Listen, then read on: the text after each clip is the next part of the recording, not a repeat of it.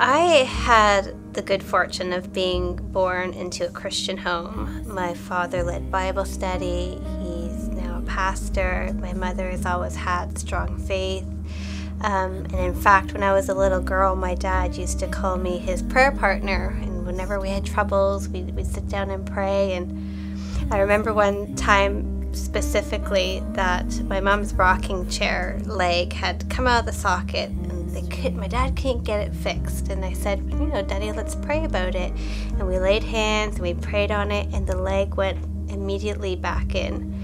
And reflecting back on it, doesn't seem like a big deal. Okay, the rocking chair was fixed. But I remember at the time, being maybe 5 or 6 years old, it was such a profound, thing to see God did hear me. He has our small concerns in mind. And like I said, it's just a great privilege to grow up in a Christian home. When I was about 8 years old, we moved out of our Jane and Finch apartment into the suburbs. And it was about that time that the dynamics in my family started to change. And there was a lot of stressors going on that at that age I didn't know about. And even if I did, I wouldn't really be able to appreciate. And my house got very dark. And there was a lot more violence in my house. My sister developed some eating disorder issues, and it was just a place where I no longer felt all that secure, but still trusted in God.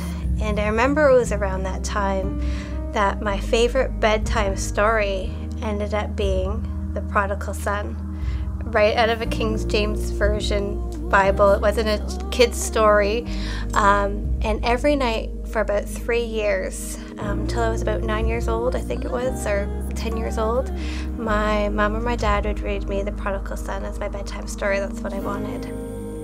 And I didn't know then that that story would, play out in my life the way that it did.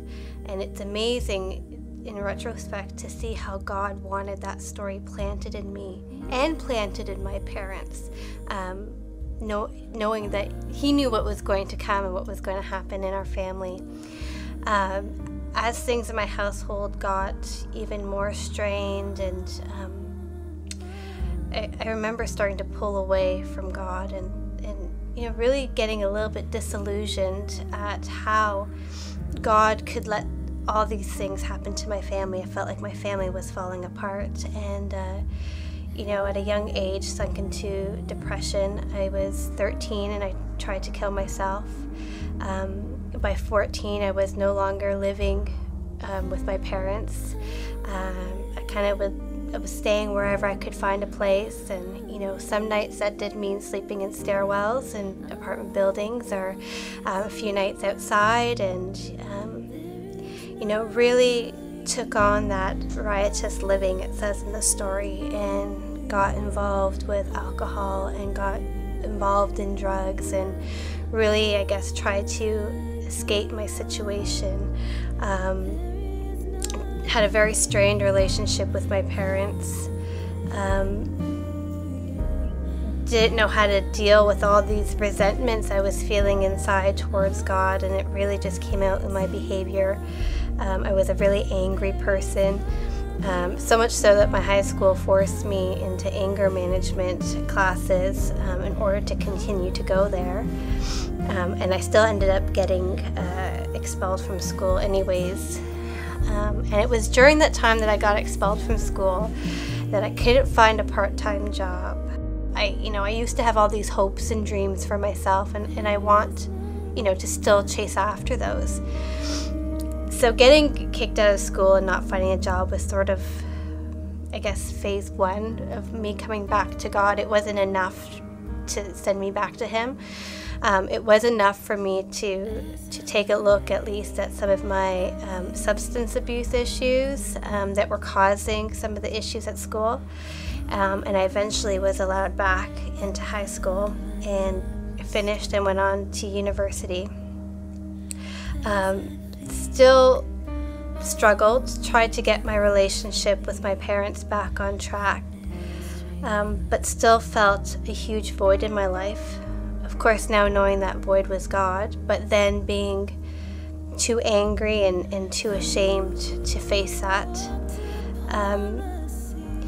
Ashamed because it's not like I was ignorant of His love. It wasn't like I was ignorant of His blessing and His grace. I had seen it from the time that I was born, but I openly and willingly rejected it and walked away. And instead of, during what I perceived as hard times and abandonment from God, didn't really fully recognize how He was still covering me and protecting me, because I put myself in a lot of dangerous situations. I got involved in a lot of relationships, looking for love in all the wrong places, looking to fill the void with, alcohol and men and things of that nature. And then, realizing that nothing was going to work, that I had to face God, despite my shame of having walked away and of doing things that weren't, things that He did not want from my life, and that I knew did not, bring out the best in me as His creation. That story, the prodigal son, played back in my mind. That child had discarded everything his father had given him. He went on to live a life totally against the grain of the values and morals that were instilled in him. And when he had nothing, he went back. And I realized that story was for me too, because the father didn't turn away and say, forget it, you have tossed aside all I've given you. There's no second chances, baby. He didn't say that. He embraced him. And I knew that grace was going to be there for me, and that forgiveness was going to be there for me. And it was with that confidence of having that story deposited in my spirit, and what that story represented of our relationship with God, that I was able, finally in my mid-20s to turn back to God and get that relationship right. And in getting that relationship right, having my other relationships in my life fall in line. That story gave hope to my parents too. There's another side story of this going on when they saw their child making all the wrong decisions, and they had that story too to hang on, that, well, we know the outcome. We know, and we have faith, and we trust that is going to come around for Carla. So I'm so grateful that despite knowing and walking away, that God doesn't walk away from us. And He knows far more about our inner workings than anyone.